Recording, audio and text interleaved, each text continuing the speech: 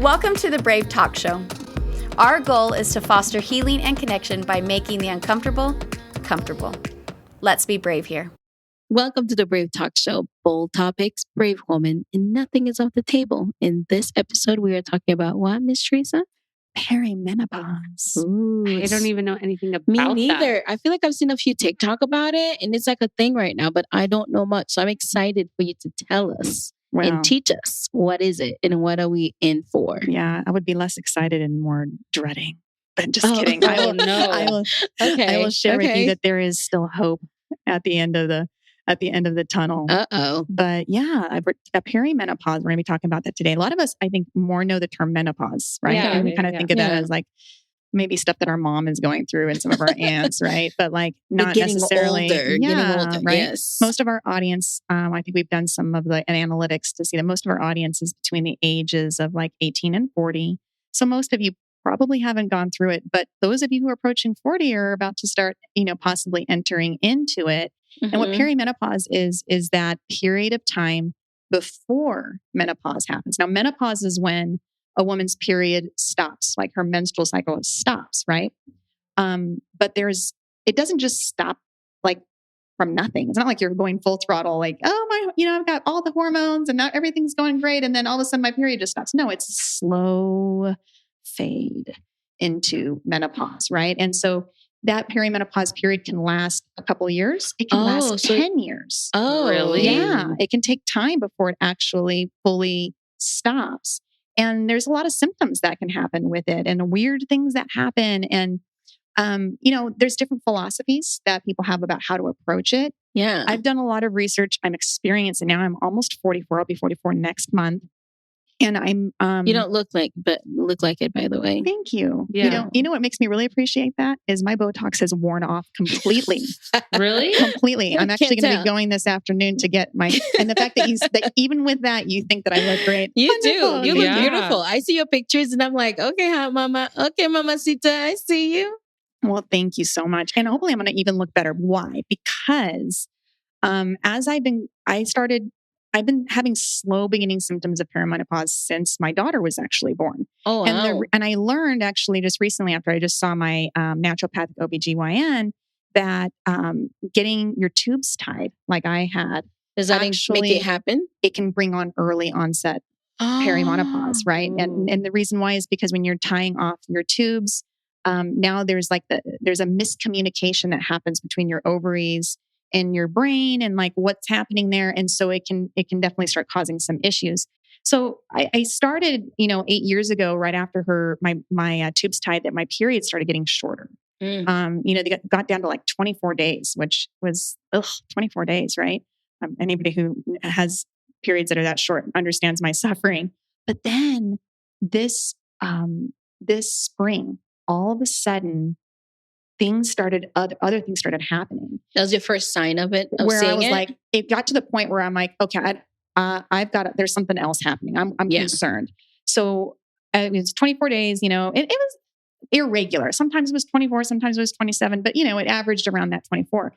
But then this spring, all of a sudden I would like skip a period. And then next period, I had one every 2 weeks. Oh. Right? Yeah. Bleeding every 2 weeks. And then in between the 2 weeks where my period would start, I was spotting. So I felt like that woman in the Bible who's like always bleeding and was like, but like touched the hem of like Jesus's robe. Like, please help. I'm like, Lord Jesus, like help me. I don't want to bleed all the time. Like nobody wants that. Were you like super tired too? Because like your iron was just probably low. So exactly. So then I decided after like third 2 week period, I'm like, okay, I'm done here. I need to go to a doctor. I want to see if I've got fibroids. I want to see like what's going on with my health here. So I went to a naturopathic OBGYN here in Salt Lake City, and she was amazing. If anybody ever needs a referral for a really good naturopathic integrative OBGYN, this woman is amazing. So she took some blood work for me. My iron levels were definitely low. Mm-hmm. So I'm having to treat myself kind of as a borderline anemic at this point. So I'm taking a lot of iron supplements. But she also, I got an ultrasound done. and to just make sure there wasn't fibroids. Well, guess what she discovered? And this is very common for women going into perimenopause. I developed a ovarian cyst. Oh. This is, I guess, very common. I didn't know that. So I saw the cyst and I freaked out. And she was like, it's normal. It's normal. A lot of women have it and it can go away once you get your hormones balanced. So then there was this next step. It's like, well, do you get your hormones balanced? Is this a natural pathway that women just go to and you just kind of let yourself suffer through perimenopause and into menopause, and then you just live your old age with no hormones? There are some people who think yes. I've looked at the research. My doctor shared her knowledge as well. Once a woman enters, like, honestly, guys, we were designed for one thing. Our bodies were designed for one thing. Anybody guess? Yeah. To reproduce, make babies, have babies, and die. Oh, make babies and die. Like, truly, really. And once you are not able to make babies anymore, sex, but I know. I was going to say eating good food or something. well, you got to have the sex to make the babies, right? Yeah. But that after that, like that's, and once your period stops, the risk for heart disease, like once a woman's estrogen and progesterone and all of that goes away, the health risks significantly go up. So her risk for heart disease goes up. Ooh. Her risk for Alzheimer's disease goes up. What's the one with the bones right now? I can't even think of it right now. Where your bones become weak and fragile. Osteoporosis. So heart disease, osteoporosis. This is all symptoms of this thing? This is what happens to women once your hormones go away. So once your estrogen drops, your risk, and so women, oftentimes after the age of 40, 50, what do we start seeing? All of a sudden, that, like, oh, heart disease issues. Now they've got, osteoporosis. Some of them are developing dementia. And then some of them are even developing breast cancer, right? So growing old doesn't sound fun. No. Really what we've learned is that your hormones, a woman's hormones, is her life force. Mm-hmm. It's her life. And you can go and decide, hey, I'm just going to suffer through perimenopause and menopause, and then I'm just going to go old and weak and get all these, possibly get these diseases that can happen with that, and then, die. I don't want to do that. That's not for me. And so there was a study that came out in the late 90s. It was a nurse's study that did this general study on women who had been taking like hormone therapy on estrogen. And they didn't do any of like the detailed work of what kind of estrogen and for how long, and whether it was good estrogen or bad estrogen. They've done so many studies now to better understand it. But what that study did was it came out with this generalized belief that estrogen causes breast cancer. And so then a lot of women were like, well, I don't want to take hormone therapy because I don't want to get breast cancer. But what we've actually learned since this study is that estrogen, there's many kinds. There's like 3 different kinds. And then on top of that, your body metabolizes them in different ways. There's actually good estrogens and bad estrogens. There's estrogens that can lead to breast cancer. And then there's ones that they lead to health and vitality. So how do you first support your estrogen so that you are living a healthy life, right? And if you do it the right way, is hormone therapy necessary, a bad thing or a good thing? Yeah. Where I'm at and what I've learned and what I'm doing is that I plan to be on bioidentical hormones to help me get through this path. And I plan on being on it the rest of my life. The research is showing I will actually have reduced my risk for cardiovascular disease, for osteoporosis, for all of the things, including breast cancer, as long as the estrogen that I'm taking care of how my body metabolizes my estrogen. And so eating a lot of like broccoli and cruciferous vegetables, exercising, making sure that my blood sugar is good. All of those things actually keep your body making the good estrogens and not turning it into the bad. And the fact that it's bioidentical is not linked to breast cancer at all. So it's sounding you have to kind of like, because right now, we're young and I feel like this, you don't think about it. I feel like that's the last thing on my head is perimenopause. That's the last thing. So it sounds like that's something you want to be like educated about. So then you can start taking care of your body now and get it to when you get to that 45-year-old, then you're not like, just falling apart. Yeah. Exactly. And I would even say, like if I could talk to my older self, my younger self, I would say around age 40, go and get your hormones checked. And you're probably at that point, things are starting to drop, but it's not at a place that's to be of too much concern. But what could you start doing then to support your hormones? It might be just taking some supplements. There's some supplements you can take like DIM. It helps your body convert the estrogen into the good pathways. So the estrogen that you have, you can start using for good. But then also if you're seeing that you are having a much lower in some areas that are actually affecting you, you can actually even start then. It's better to start early just with minor small dosages than waiting until you have nothing and then having to like flood your body with with hormones again when it's like, I haven't been dealing with hormones in a long time. Like slow. But here's another thing is low estrogen is linked to anxiety and depression as well. So there's also this big, a big effect on women's mental health going through menopause and perimenopause. And I have been dealing a lot with that. That was another stuff that I was going through this last few months. So I got some tests done. For me, I'm on progesterone, and it's not the kind that goes in your mouth. It actually is a cream.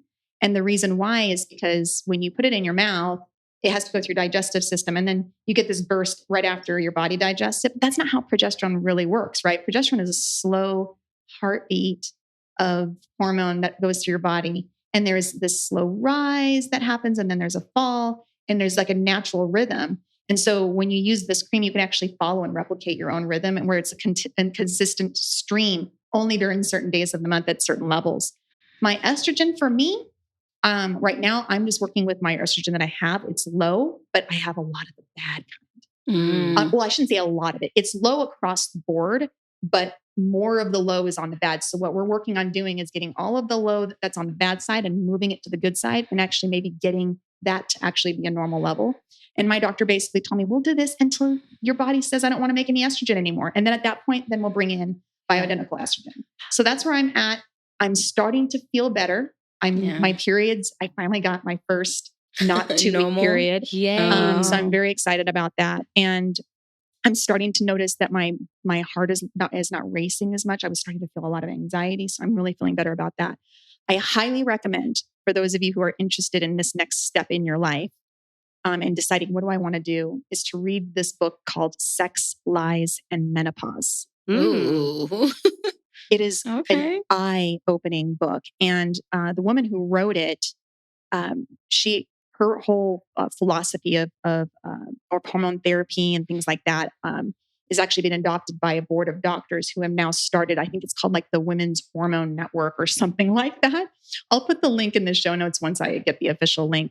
But you can read a lot of the literature there that's supporting hormone therapy for women to get through perimenopause and menopause and actually stay on it for their health. Not just for the period, it's for your health. Yeah. And I don't know about you, I'm all for taking advantage of science. Hey, it's a new thing, the science to be able to like actually extend our lives and reduce our risk for some of these types of health conditions. I'm all for it. Yeah. I love that. I'm actually a huge advocate for hormone therapy. And I don't feel like I've experienced perimenopause, but after having my babies, like everything, similar experiences like mood swings, out of whack, don't have a sex drive, tired, can't lose weight, migraines, all these things. So I, about 3 years ago, you did that switch, right? You went inside a doctor and then everything changed for you. What did you end up having done? Remind us. So I went and got my hormones checked, and there were some things that were a little out of line, but most everything was like in the normal range. But what I loved was for the first time, someone told me like, listen, we don't want you to live baseline normal, what the average is. Let's get yours to optimal. Yes. And whereas other people were like, no, everything looks fine. Like this specific doctor was like, on paper, you're in the normal. But as a woman myself, she was a woman. She was like, I want you feeling optimal. Like, why do we keep accepting this that we have to live baseline? Like those numbers are based off the world population. Like they can be higher and better. So I had no idea at 30 years old that I should be taking hormones. I have for 3 years. I've changed as it's gone, but I feel like I'm thriving. That's amazing. Like mentally, you look amazing. Emotionally, physically. I lost 40 pounds just by getting, and there's more than one just factor. Like I switched like even they helped me, like I was doing too much cardio. So Because you now started lifting, right? Yeah. That's a big problem awesome. with a lot of women. They do too much cardio and they don't know it's zapping their hormones. Literally, they said I was killing my adrenals. I think you came and then once you went to see that doctor, you did like a whole shift. And then from then till now, you look amazing. I look different. Amazing. I have way more energy. You looked amazing before, but I think my whole aura is different. But I take every single day.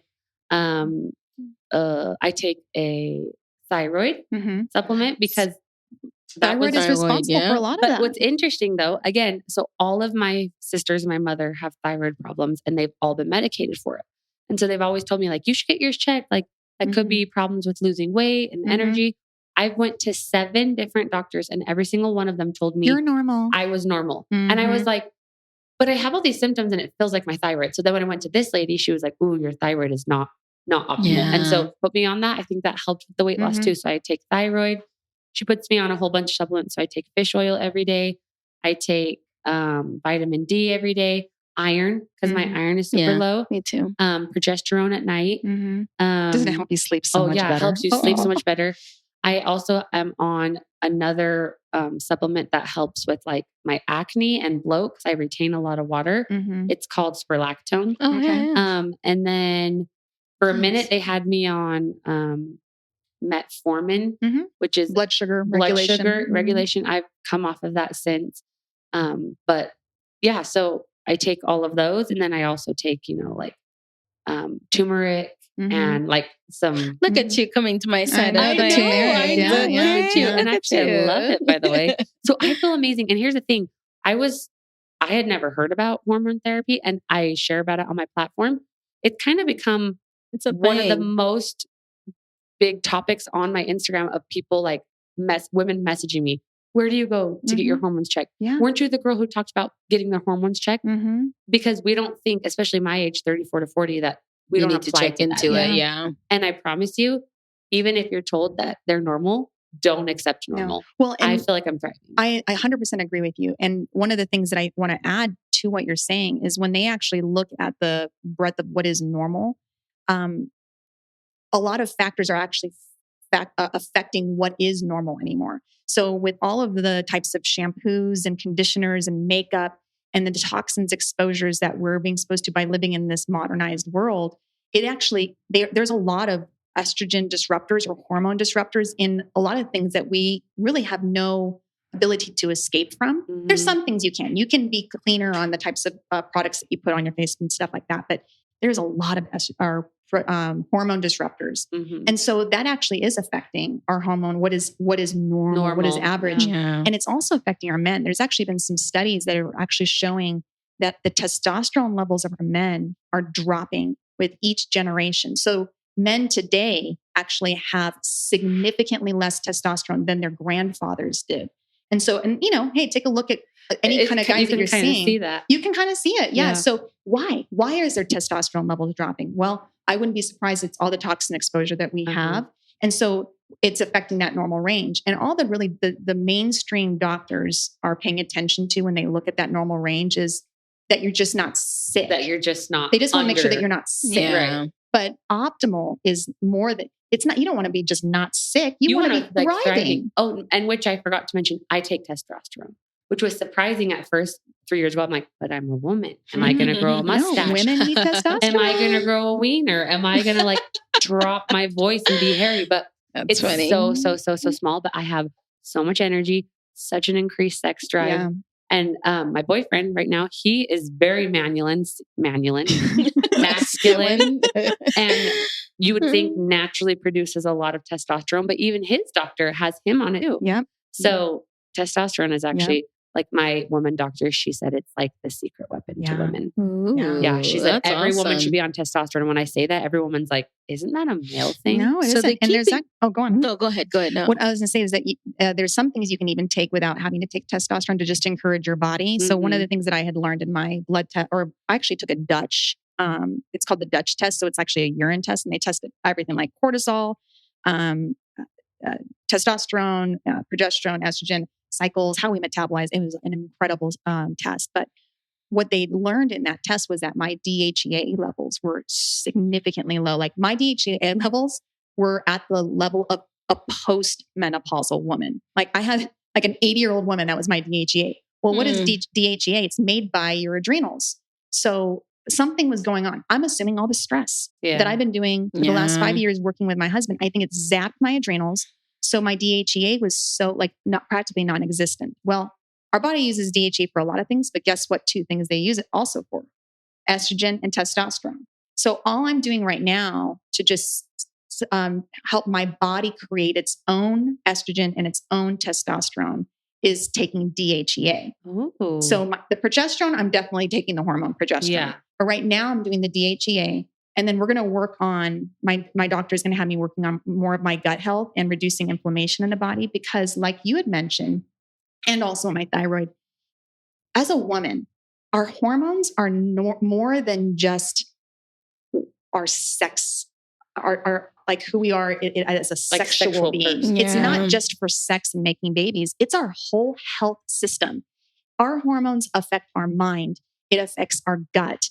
It affects our health, our bones, everything. Mm-hmm. So when you can take care of your hormones, your whole body can become in balance. And there's so many other things that could be happening in your body that are affecting your hormones. There's like this vicious cycle that you can be on. Right. Yeah. So, I mean, what I love about where women's health is coming is that we've been, not a lot of studies have been done on women's health. We've been kind of swept under the rug. A lot of stuff's happened with men's health, but not women's health. And I love seeing these new studies that are coming out and this more care for women and our health, and recognizing that, we are a complex creature, and who we are as women, what makes us women, our hormones and so forth, actually affects our whole being, our spirit, all of that. Right. And it's about time that we start taking care of ourselves, right? Advocating. Yes. I love it. We can be better mothers, better friends, better wives, better girlfriends, all of those things, by taking care of ourselves. Yeah. And I think we feel it too. Like, when you're not taking care of yourself, like your body, you're tired all the time. You just want to sleep. You're not motivated. Like, I think when you're getting there, and sometimes I think people think like, well, it's so expensive, I don't have the thing. But it just start out with just, what you put in your body, right? What you eating, what you drink, just kind of being aware. Because it sounds like if you don't take care of it now, then it's going to be a hard lesson later on. Yeah. Maybe my economic status is showing too much in this, but maybe not. I actually don't think that, at least what I've experienced so far, that hormone therapy is very expensive. In my mind, the cream that I take is $45 a month without insurance. If I had insurance, I'm self-employed, so we use a medical sharing. Medical sharing doesn't pay for prescriptions, so I just have to pay out of pocket. If I had medical insurance, I probably would only be like $10 or something like that, right? I did 2 years with no insurance, and I was paying between $100 to $200 a month, which I was like, that's expensive, but like worth it. But I was on a lot of things. But now that I have insurance, $0.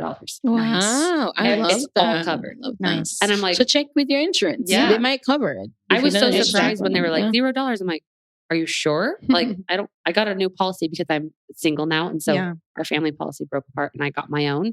It covers all the hormones. Amazing. It covers bioidentical. That's amazing. It covers all of it. That's wonderful. Because I think a lot of people wonder like, well, bioidentical, will that count? No, they cover all of my stuff. Yeah. So for me, I was 45, and then she told me ahead of time, she's like, and when you need the estrogen and you get both, she says it'll be about $85 a month. So it's not to bad. me, I feel like that's affordable. And it's worth it. In your health. Yeah, because what would happen if I don't? And I end up getting osteoporosis, and I getting heart disease and some of these other things that could happen, right? I'm not saying that they would, but they could. That's going to cost a lot more out of my pocket in copays and other things. Even if I didn't have insurance. Costs a lot of your life. Yeah, my quality of life. Your quality of life. That's true. Yeah. I love that. I love this lesson. I feel like I've learned so much. Yeah, like I didn't even know perimenopause. Do I need this? Read Sex, Lies, and Menopause. I think that it's a really good read, and I think you'll like it also because there's definitely a little bit more like spirituality to it. Yeah, it's not a Christian perspective. It's not a Christian perspective at all.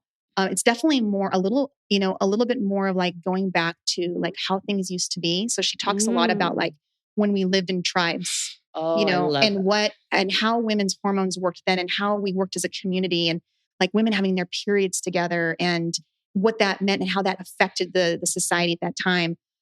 She talks about like the full moon and how the full moon actually affects. That's a real thing. Yeah. And like I learned through the book that I'm a red mooner. Which means like most women whose circadian rhythms are balanced and they're with their community, they actually ovulate with the full moon. I actually have my period with the full moon. Guess what and this is an interesting, weird thing, but she said that during that time, and she did the research that the women shaman of the time were red mooners. And they would take care of the other women while they were having their periods. And that woman wasn't on her period because she ovulated in a different way, and she would take care of the other women. I love health, and I love women, and I love taking care of women. And I'm this red mooner. And so like, why is that? It's really neat. I feel like, as you're speaking, I was like, Teresa's so educated about this stuff. I'm like, I'm just learning. I feel like that's kind of like your niche. You love women's health. I know. And have you, as you switch, like, from that mom thing, I think like women would like to hear from you. I think like you need to share that, like, because you not only say you're going through it, but so much, like educate us all. So I love that. I learned a lot right now. So thank you so much. In the Brave group, Teresa's always the one who knows the most about health and cutting edge and holistic health and this and that. But also she's had some incredible, not only experiences with herself, but if you guys remember, her husband got a stage 4 terminal cancer diagnosis, and they fought it holistically. That came from research, education, trial and error, and commitment. Amen. Yeah. To that. It really has. And then what it did was it woke up in me a desire to, because I want to help other people. I don't want to, I don't want to be arrogant enough to think that I can figure things out on my own. I mean, I'm smart, obviously, and I can do my own research. And what's nice is like, you can go online now and you can actually see PubMed articles and NHIM and all that kind of stuff. But what I decided to do is actually enroll in a NEPT course where I'm actually going to get certified in nutritional endocrinology. And why? I don't know. I just want to. Yeah. Maybe one day I'll do something with it. But in the meantime, it's educating me. And if you follow me on Instagram, Hey Theresa Marie is my handle. I'm doing more reels and so forth, sharing some of the things that I'm discovering, I'm learning. And a lot of women are really, really appreciating some of the things that I'm sharing. So if you are interested more in that, follow me on Instagram, and I'll be there more often. I'm a little distracted with the homeschool stuff that I'm doing right now, but I'm getting back into it. And you ladies are encouraging me, so I really appreciate it. No, you got it. You got it. You teach us every time. Yeah, that was great for me. I learned a lot. So thank you. Mm-hmm. Well, thank you guys for listening. Like always, subscribe. Give us a 5-star review if this is something that has given you some insight, education, or even just a place to listen and feel loved. We love you guys, and we'll see you on the next episode. See ya.